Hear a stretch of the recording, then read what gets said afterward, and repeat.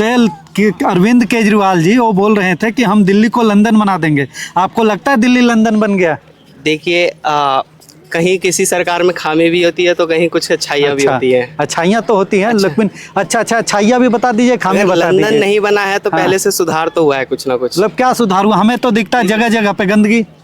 अगर छोड़ दीजिए तो आपको गंदगी आपको दिख रही है, बट हम स्टूडेंट है। देखिए हम 12th पास आउट किए हैं इसी साल। ठीक है, हमने जो स्कूलों में डेवलपमेंट देखा उस बेसिस पे अगर आप हमसे पूछे तो हम तो केजरीवाल के सपोर्टर ही हैं। तो बीजेपी तो बोलती है ना कि उसमें घोटाला कर दिया, 1 रूम बनाने का 25 लाख रुपए खर्च किया। घोटाला किया, चलिए ठीक है कोई नहीं, बट काम भी तो क्या। आप काम देखिए ना, घोटाला क्यों देख रहे हैं?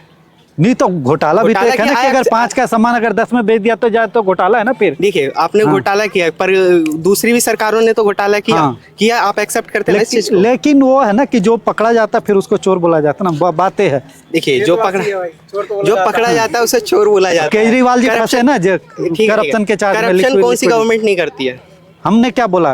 करप्शन शायद सारे गवर्नमेंट में होंगी, लेकिन जो पकड़ा जाएगा तो उसी का तो होगा ना। तो बस बट अगर हमसे पूछा जाए एज ए स्टूडेंट, अगर हम देखें तो हम स्कूल एजुकेशन सिस्टम के ऊपर केजरीवाल को सपोर्ट करते हैं। अच्छा भारत तो आजाद दिखेगा वही दिखेगा। नहीं अगर आप देखें तो मनीष सिसोदिया जी कौन है?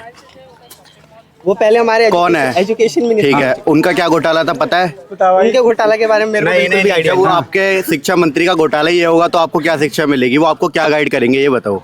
सही बात है सर, इनने कहा ना कि मैं ऐसा। और एक चीज और हम पूछ रहे हैं, जब वो शिक्षा मंत्री थे उनको तो फिर शराब मंत्री बनाना तो जरूरी था नहीं। और जब वो शिक्षा मंत्री है वो ऐसा गाइड कर रहे हैं तो बच्चे किस वे में जाएंगे ये बताओ। ये बोल रहा है कि मैं कैसा स्टूडेंट होकर केजरीवाल जी को सपोर्ट करता हूँ। बाकी देखिए शराब के मामले में बीजेपी अगर बोलती है कि केजरीवाल जी दिल्ली को मतलब शराब का गढ़ बना दिया, तो आप गुड़गांव में बगल में चले जाइए, हर 4 कदम पे एक ठेका है, वो भी दिल्ली से बढ़िया एकदम स्टाइल में ठेका। बिल्कुल वहाँ पे तो मतलब। लेकिन बात है यहाँ पे घोटाले की। बिल्कुल देखिए उस वे में मैं केजरीवाल का सपोर्ट नहीं करता हूँ। बट हाँ इस वे में एजुकेशन के ऊपर मैं केजरीवाल का सपोर्ट। लेकिन हम देखिए ना, हम जब दुनिया के बोल रहे हैं कि हम तीसरी महाशक्ति बन जाएंगे, तो हमारा दिल्ली जो है देश का राजधानी है, तो अब हम इसको कंपेयर करें न्यूयॉर्क से, दुबई से, बीजिंग से, टोक्यो से, तो उस लेवल का भी तो हमारा भी तो सर होना चाहिए। बिल्कुल उस चीज में मैं डेवलपमेंट अगर इस वे में अगर आप बात करें तो मैं केजरीवाल को सपोर्ट नहीं करता हूँ। मैं बीजेपी को, अगर नेशनल सिक्योरिटी की बात करें हम डेवलपमेंट की बात करने हैं, सिक्योरिटी पे गए ही नहीं। ठीक है अगर यहाँ पे हाई राइज मतलब बिल्डिंग्स होंगी और वो सारा कुछ फाइनेंशियल सिस्टम होगा तो क्या डेवलपमेंट में आता ना। तो सिक्योरिटी के लेवल में तो हमने बात नहीं की, तो केंद्र सरकार का काम है। और दिल्ली में वैसे उनके पास पुलिस भी नहीं है, सिक्योरिटी का क्या कॉमन सी बात है। नहीं नेशनल सिक्योरिटी वो तो खैर सेंट्रल लेवल का क्वेश्चन हो गया। बट अभी जो है अगर मैं एजुकेशन सिस्टम के ऊपर मैं केजरीवाल को सपोर्ट कर रहा हूँ तो केवल एजुकेशन सिस्टम के ऊपर। बाकी अगर बीजेपी को अगर मैं सपोर्ट करता हूँ तो हिंदुत्व के तौर पे बस। मैं दिल से हिंदू हूँ तो इस वजह से हिंदुत्व। मतलब आप चाहते हैं कि दिल्ली में केजरीवाल जी रहे और सेंटर में मोदी जी? बेसिकली जो है मैं बदरपुर एरिया से आता हूँ दिल्ली के। ठीक है, वहाँ के अभी जो विधायक थे रामवीर सिंह बिदोड़ी जी थी, जो कि अब सांसद बन चुके हैं। ठीक है, और उनका इमेज वैसे भी वहाँ पे कुछ खासा अच्छा था नहीं उस टाइम पे जब वो विधायक थे। खैर वो अब सांसद बन चुके हैं, बट अब कोई हिंदुत्ववादी नेता आएगा जो हमारे हिंदू धर्म को आगे बढ़ाए, हम उसको वोट देंगे अगर बीजेपी का होगा तो। बट अगर उस पर बात करें, आम आदमी पार्टी की बात करें तो पहले वहाँ से नारायण दत्त शर्मा जी लड़े थे चुनाव, जो कि जिनको टिकट नहीं मिली थी पिछली बार, तो उनको वो हार चुके थे। तो अगर नारायण दत्त शर्मा जी आते हैं तब हम उनको वोट देंगे, क्योंकि उनके राज्य में हमारे एरिया में डेवलपमेंट। अच्छा, आपके एरिया में डेवलपमेंट हो तो अभी हिंदुवाद पे ही जाएंगे क्या? नहीं सर, मैं उस पर नहीं आऊंगा। सर इससे एक छोटा सा सवाल है। इसने ये कहा कि मैं अपने इधर के एरिया के आम आदमी को इसलिए सपोर्ट करूंगा वो एजुकेशन में अच्छा है। और राइट नाउ में हमारे यहाँ के रामवीर सिंह बिदोड़ी है, वो बीजेपी से बिलोंग करते हैं। तो इस टाइम एजुकेशन में वहाँ क्या खराबी है सर, इससे ये पूछो। डेवलपमेंट जो हुआ है जब आम आदमी पार्टी की सरकार थी, जो पार्टी रहेगी वो तो तब डेवलपमेंट होगा। जरूरी है सारे स्कूल अभी बने हैं, पहले से नहीं बन रहे। पास कब हुए थे? पास होने से क्या मतलब? नहीं, स्कूल तो पहले के बने थे, उन्होंने सिर्फ रंगाई पुताई और नए फर्नीचर डाले से क्या होता है सर? अभी आगे भी और बनते जाएंगे। सच्चाई ये है कि उन्होंने नई स्कूलें ना के बराबर खोली है। जो पहले से एग्जिस्टिंग स्कूल है उसको उन्होंने सुधार दिया। सच्चाई यही है। सच्चाई यही है। नए स्कूल नहीं ओपन हुए, नए स्कूल जो पहले से तो उनको सुधार दिया, उसमें बहुत डेवलपमेंट। अगर तुलना कर ले दिल्ली और यूपी के स्कूलों में तो थोड़ा सा अंतर क्या, जमीन आसमान का अंतर हो जाएगा। जमीन आसमान सरकारी ये तो मानना पड़ेगा। जी सर जी। बाकी और ये हिंदुत्व का क्या मैटर है जो बता रहे हैं? जो ये मानता है वही मानेगा, मैं ऐसा कुछ नहीं मानता। आप नहीं मानते ऐसा? हिंदू नहीं आप सर? हिंदू होने की बात नहीं होती है। हिंदू होने की बात नहीं होती। केजरीवाल जी हिंदू नहीं है। हाँ सही बात है, केजरीवाल जी हिंदू नहीं है। हाँ बट फिर छोड़िए, अब सर बोलिए। टाइम नहीं है क्योंकि 5। और आप सर कहाँ से आए? मैं हूँ इंडिया से। अच्छा, इंडिया से। इंडिया के किस स्टेट से आए होंगे, जैसे दिल्ली से, बिहार से, पंजाब से, महाराष्ट्र से? कोई स्टेट तो होगा ना, क्योंकि हमारा इंडिया भी प्रशासनिक भागों में बटा है ना 29 स्टेटों में। पहले मैं इंडिया से हूँ, उसके बाद हाँ, दिल्ली से। अच्छा, दिल्ली से हैं।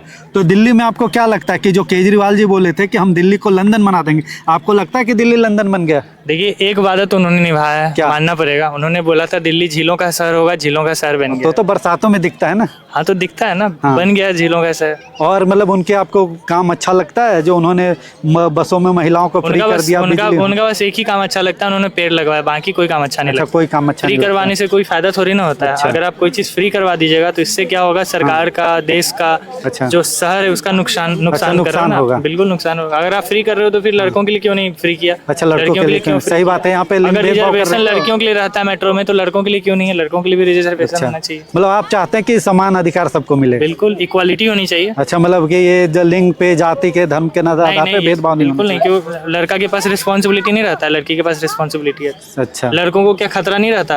आप लोग खतरा तो सबको नहीं, है। सभी लोग बात करते हैं कि लड़कियों का रेप हो गया, लड़कों का भी रेप होता है, पता नहीं चलता है, केस आता नहीं है। सही बात है, सही बात है। तो ये आपको मतलब फिर यहाँ पे मतलब केजरीवाल जी का आपका काम अच्छा नहीं लगा, मतलब मोस्टली मतलब आपको काम? नहीं, देखिए, एक टाइम था जब वो बहुत अच्छा कर रहे थे और बहुत अच्छा कर सकते थे, लेकिन पैसा और जो पावर मिलता है ना, वो दिमाग को थोड़ा वो कर देता है, ज्यादा मतलब अंधा कर देता है। अब जैसे उन्होंने अपना घर बनाया, जिन्होंने बोला था, वादा किया था कि मैं अपना घर आलीशान जगह में मैं कभी आज तक नहीं रहूंगा। तो मोदी जी भी बोलते हैं हम फकीर आदमी है, फिर अपने घूमने के लिए 8,000 करोड़ का प्लेन खरीदते हैं। अब हम यहाँ पे मोदी जी का तारीफ तो नहीं किए हैं। नहीं, तारीफ नहीं किया, मतलब हमने तुलना की, केजरीवाल जी का हमने कंपेयर किया ना, मतलब उसमें सभी राजनेता ऐसे करते हैं अपने लिए उस सुविधा। हिसाब से देखा जाए तो मोदी में भी कमी है। मोदी में भी कमी है, बिल्कुल। चलिए, तो मोदी जी के 10 साल काम उससे मतलब आप संतुष्ट हैं? देखिए, उनके बहुत सारे ऐसे काम है जो गरीबों के प्रति हुए हैं, जो कि बहुत अच्छे हैं, बट कुछ काम है जो मैं नहीं चाहूंगा कि वो हो। अब जैसे गरीबों के खाने के लिए पैसे नहीं है, आप बुलेट ट्रेन निकाल रहे हो। अच्छा, ठीक है, आप बड़ी बड़ी चीजों में इन्वेस्ट कर रहे हो। बुलेट ट्रेन तो जरूरत है ना, अब समय की जरूरत है। चाइना में है, जापान में, अमेरिका में है, सब जगह। तो इंडिया में भी होना चाहिए ना। एक बात बताइए, जो एवरेज इनकम है इंडियन पीपल की, जो लोग हैं, 70% किसान है।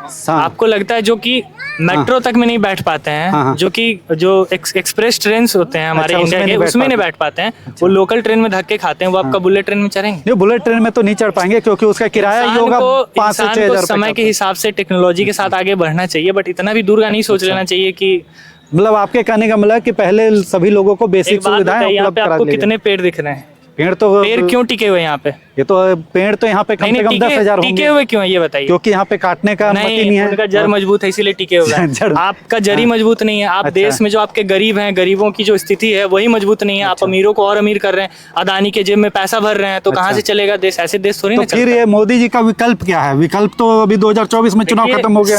पूरा देश जो है ना एक इंसान से नहीं चलता है, उसके दिमाग से नहीं चलता है। बहुत सारी रणनीति होते हैं, उसके पीछे गृह मंत्री और पता नहीं कितने सारे मंत्रिमंडल होते हैं जो मिलके चलाते हैं पूरा देश को। ठीक है, और जहाँ तक बात रहा आपके 10 साल का मोदी का, तो देखिए, मेरा ये मानना है कि मोदी हो पूरे भारत के लिए या दिल्ली में लोग हो, उनको चलाने के लिए अब यूथ को आना पड़ेगा। ठीक है, अंगूठे छाप, बूढ़े और जितने जो भी बोलिए, बहुत सारे ऐसे नेता हैं जो एक्सपीरियंस हो गया, तो एक्सपीरियंस देश को काम आएगा ना। एक्सपीरियंस सही है, लेकिन भारत को अगर यूथ का देश कहा जाता है तो यूथ को भी तो अवसर मिलना चाहिए। अच्छा, यूथ को अवसर। अब जैसे आपको लग रहा है कि मतलब अच्छा, तो आप किसी यूथ हैं?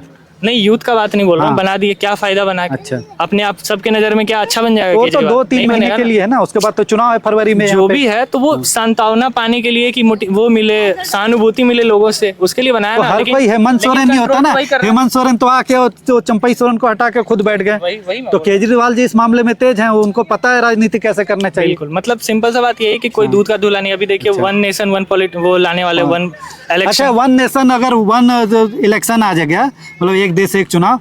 और अभी जैसे हमने देखा हाल फिलहाल के मतलब समय में कि मध्य प्रदेश में मतलब चुनी हुई सरकार को गिरा दी गई, महाराष्ट्र में चुनी हुई सरकार को गिरा दी, झारखंड में कोशिश किया गया और जगहों पे कोशिश किया। अगर 1 नेशन 1 इलेक्शन हो गया, कहीं पे चुनाव हुआ, चीफ मंत्री चुन लिए गए, ठीक है, चीफ मिनिस्टर, और वहां पे फिर अगर ऐसे अगर पैसे खिला के अगर गिरा दिया जाए सरकार, तो कैसे चलेगा? फिर ध्रुव राठी का वीडियो देखा आपने? देखा, मतलब अब ये बताइए कि वहां पे उसकी बात फिर सच हो जाएगी, अगर फिर तानाशाही आएगी भारत। नहीं, अब हम ये पूछ रहे हैं कि जैसे अगर उसकी सरकार गिरा दी जाती किसी कारणवश, तो वहां पे राष्ट्रपति शासन हो गया, फिर अगर चुनाव होगा तो 1 नेशन 1 इलेक्शन रह कहाँ गया? नहीं देखिए, आपकी बात सही है, इतना जल्दी तो वन नेशन वन इलेक्शन यहाँ पे लागू वो नहीं अभी नहीं होगा, होगा, हाँ। और उतनी जल्दी तानाशाही भी नहीं आएगी, लेकिन अच्छा। हम बोल सकते हैं कि उसके नजदीक हैं।